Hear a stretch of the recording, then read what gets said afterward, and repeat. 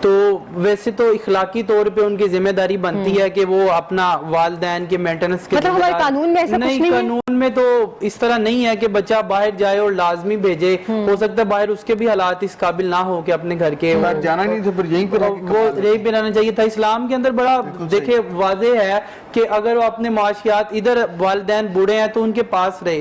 اور ہمارے معاشرے کے اندر ایک آج کل جو مین ہمیں مسئلہ دیکھنے کو ملتا ہے کہ digital addiction is going to kill us, کہ نوجوان نسل ہے وہ مطلب یہ گیجٹس جو ہیں موبائل یا ایک ہاتھ کی ہتھیلی اور جیسے موبائل ٹیب سسٹم اس کے اندر اتنا وہ انڈلج ہو گئے ہیں، وہ باہر کی دنیا سے اتنا وہ قریب ہو گئے اور اپنوں سے اتنا دور ہو گئے کہ وہ اپنے اصل رشتوں کو، اپنی مٹی سے وفا اور ان کو بھلائی بیٹھے ہیں. ہمیں ان سے جڑنے کی ضرورت ہے. اور جو جرائم اس معاشرے کے اندر ہو رہے ہیں، جیسے گھر کے اندر آگے جو ایک سی پی یو یا ایک سسٹم ہوتا تھا وہ اس جگہ پڑا ہوتا تھا جو گھر کا کامن ایریا ہوتا تھا، وہ وہاں پہ بچے نے بیٹھ کے کمپیوٹر یوز کرنا، وہاں سے ماں کی بھی نظر پڑ رہی ہے، باپ کی بھی پڑ رہی ہے، گھر میں سب اسے دیکھ رہے ہیں. لیکن آج وہ چھپ کے کئی دفعہ اسے قانون کے دسترس نہیں ہوتی، سائبر کرائم کا اسے پتہ نہیں ہوتا اور وہ جرائم مرتکب کر بیٹھتے ہیں. تو چاہیے یہ کہ ماں باپ بھی بچوں کی اسکروٹنی کریں، ماں باپ بچوں کی ان کو بالکل اکیلا نہ چھوڑیں، ان کی چیزوں کا خیال رکھیں کہ وہ کہیں اس طرح جرائم کے مرتکب کسی اور کے ساتھ رابطہ بحال نہ ہو جائے جو ان کو جرائم کی دنیا میں لے جائے. خالد صاحب کیا کہیں گے؟ ایک طرف تو ہم بات کریں والدین کی شان، تکریم، عزت و حرمت، لیکن ایک دوسرا المیہ یہ ہے کہ والدین غفلت کا بھی شکار رہتے ہیں. فار ایگزامپل کسی کے 5 بچے ہیں تو وہ سب سے چھوٹے بچے کو پریورٹی ملتی ہے، اور وہ اگر غلط کام بھی کر رہا ہے 4 بھائیوں کو حکم ہو جاتا ہے نہیں اس کی خاص خیال رکھیں. وہ بچے کی شادیاں بھی کر رہے ہیں، وہ میں ایسے کئی لوگوں کو جانتا ہوں وہ چھوٹے ہونے کا فائدہ اٹھا رہا ہے اور والدہ صاحبہ خاص طور پر اس کی ہر غلط بات کو جائز قرار دیتی ہیں. تو ایسے موقع پر کیا کرنا چاہیے، یا والدین کو کیا کرنا چاہیے کہ ایک بچے کی طرفداری باقیوں کے ساتھ ناانصافی، ایسا بھی تو دیکھنے میں آتا ہے نا؟ اچھا دیکھیے، اس کا ایک تو براہ راست والدین کے اس ایکٹ پر کومنٹ کرنا میرا خیال ہے کہ شاید کسی بھی تجزیہ نگار کے لیے اچھا نہ ہو کہ وہ والدین ہیں اور وہ بھی انسان ہیں. اس کا حل کیا ہو سکتا ہے کہ اگر کسی کے والدین ناانصافی کر رہے ہیں، اور آپ درست کہہ رہے ہیں کہ آپ ہماری سوسائٹی کے جتنے بگاڑ ہیں آپ ان کو اپنے سوالوں کا حصہ بناتے ہیں اور آپ کے سوال بعض خاصے کرٹیکل ہوتے ہیں، تو بات یہ عارف صاحب کہ اس کا حل ہے. یہ میرے بھی مشاہدے میں ایسا ہے کہ والد نے فیورٹزم میں کسی ایک بچے کو جو زیادہ نالائق تھا اس کو زیادہ اپنی ویلتھ میں سے حصہ دے دیا، یا زیادہ کھلایا، یا زیادہ رعایتیں دے دی، اور کوئی ایک بچہ سفر کر رہا ہے. ضروری نہیں ہے ویسے چھوٹا ہی ہو، میں درمیان والوں کو بھی جانتا ہوں، بڑے بھی ہیں بچے جنہیں پریویلیج پیرنٹس کی طرف سے مل جاتی. حل اس کا یہ ہے کہ آپ جیسے باشعور جو ان بچوں کے چچا، ماموں، خالہ، رشتے دار ہیں وہ ان کے پیرنٹس کو بتائیں. سوسائٹی کی طرف سے پریشر ہونا چاہیے. اچھا پھر ماں باپ برا بھی منا جاتے ہیں کہ اچھا ہمیں کیوں بتائیں، ہم تو بچوں سے کسی کا بچہ بگڑ رہا تھا باقی خوش ہو رہے ہیں، اچھا ٹھیک ہے. ہاں یہ بہت بڑا ایک ایلیمنٹ ہے. اچھا یہ بد نصیبی ہے. ایک تو ہے اپنی ویلتھ. اب آپ نے کیونکہ کرٹیکل بات کی تو میں اس کو آگے بڑھا دیتا ہوں. میں ایسی ماؤں کو جانتا ہوں، بیوہ ماؤں کو، جنہوں نے اپنے بچوں کی صرف بیٹے کی آرزو یا خواہش پوری کرنے کے لیے کسی این جی او سے قرضہ لیا جو کہ خواتین کے لیے تھا، کاروبار کے لیے، اور اسے 1 to 5 لے دیا. اچھا میں یہاں پہ ایک بات کا ایڈیشن کرتا چلوں کہ اولڈ ایج ہوم یہ بیسیکلی تو ہمارے معاشرے کا کلچر نہیں تھا، لیکن چونکہ آج پینیٹریٹ کر گئے ہیں اور بہت زیادہ اولڈ ایج ہوم بن گئے. پچھلے دنوں ہم نے ایک ایکٹیویٹی کی کہ ہم ایک اورفن سینٹر گئے جن بچوں کے والدین نہیں تھے. ہم نے ان کے ساتھ ایک کھانے کا، رمضان سے پہلے ایک کھانے کا اہتمام کیا اور پورا دن ان کے ساتھ سپینڈ کیا. اور وہاں پہ ہم نے اولڈ ایج ہاؤس سے بزرگوں کو انوائٹ کیا، یعنی کہ بزرگ اپنے بچوں سے محروم تھے اور بچے بزرگوں سے محروم تھے. ہم نے ان دونوں کو آپس میں ملایا اور ہم نے ان کی ایکٹیویٹیز جنریٹ کی. سارا دن مختلف پینٹنگ اور ان کے مقابلہ جات اور ان کے ہم نے جو کیا، تو ہم نے جو خوشی کے تاثرات دونوں کے چہروں پہ دیکھے کہ دونوں محروم تھے اور دونوں کو جو خوشیاں ملی. میں یہ کہنا چاہوں گا کہ ہمیں چاہیے یہ کہ جیسے اب عید آگے آ رہی ہے، عید ہے، خوشی ہے، غمی ہے، تو ان لوگوں میں جائیں، مینٹل ہاؤس جو ہے وہاں پہ جائیں، اولڈ ایج ہاؤس میں جائیں، اورفن سینٹر میں جائیں، یا جس سینٹر میں آپ کو سمجھتے ہیں کہ یہاں کے لوگ ڈیزرونگ ہے یا پیار کے بھوکے ہیں، یہ آپ کی توجہ کے بھوکے ہیں، جائیں بلکہ جو ان کے والدین کو چھوڑ کے آئے ہیں انہیں واپس بھی لے کے آئیں. اور خالد بھی آپ کی بات پھر کنٹینیو کر رہے ہیں. اچھا میں عرض کر رہا تھا جو بات ہو رہی تھی کہ بیوہ ماں نے قرضہ لیا ہے روزگار کے لیے اور بیٹے کو 1-5 لے دیا. تو وہ بات جو پیچھے ہم کر رہے تھے کہ والدین تو خود اپنی اولاد کو خراب کر رہے ہیں. ایک طرف یہ حال ہے. اچھا دوسری طرف پیچھے ہم نے اوورسیز جانے والے پیرنٹس کی بات کی. میں تو ایسے بہت سارے پیرنٹس کو جانتا ہوں. ایک بالکل معمولی باپ تھا اور بیٹا بڑی اونچے مقام پہ پہنچ گیا اور اس نے اپنے والد کو جب اسے کوئی ایوارڈ ملا قومی لیول کا تو اس نے کہا کہ میرا باپ میرے ساتھ وہاں جائے گا. تو ہمیں روشن باتیں بھی کرنی ہے لیکن دوسری دل کا دکھ بیان کرتے ہوئے میں بھی آپ کی اس گفتگو میں شریک ہوتا ہوں کہ ایسے بدبخت نوجوانوں کو بھی جانتا ہوں جن کے والدین نے پڑھایا, رشوتیں لی, پتہ نہیں کیا کیا کچھ کیا, بچے باہر چلے گئے اور بیگمات سے اتنے ڈرے کہ اپنے بوڑھے والدین کو یہاں پرائیویٹ اولڈ آسان سا والی بات. جی ہاں. اچھا پھر وہ حرام کا لقمہ بیچ میں آ گیا نا. آپ کہہ رہے ہیں کہ رشوتیں لی اور ان کو باہر بھیجا کیونکہ یہ تو حدیث پاک ہے کہ حرام کا ایک لقمہ 3 نسلیں خراب کرتا ہے. وہ اور چیز ہے. دیکھیے ہم تو ابھی گفتگو میں تھوڑی سی بریک لے لیں پھر واپس آتے ہیں انشاءاللہ صحیح کلام کرتے ہیں. یہاں لے لیں گے شارٹ بریک. حاضروں کو یقین کے ساتھ کہ آپ رہیں گے ہمارے ساتھ.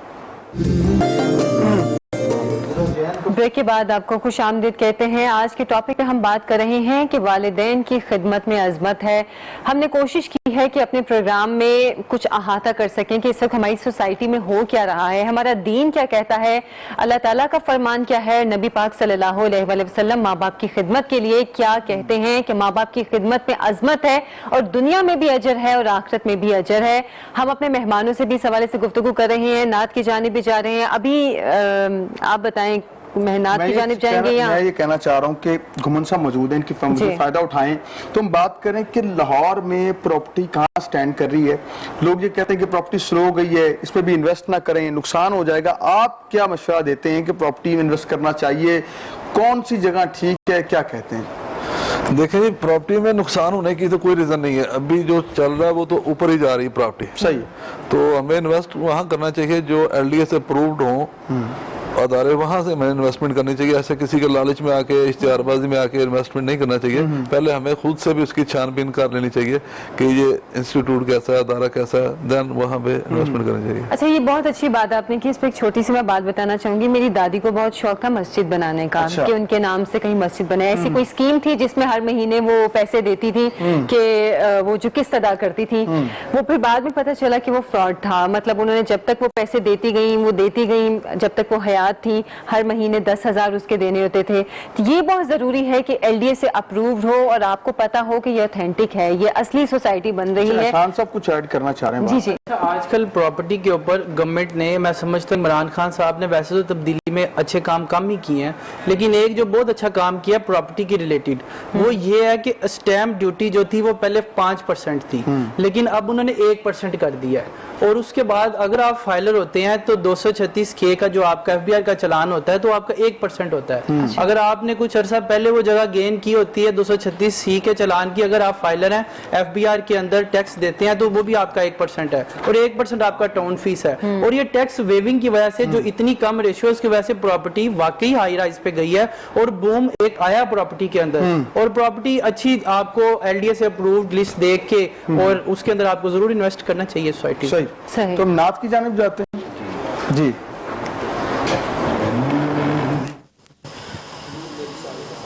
حضور میری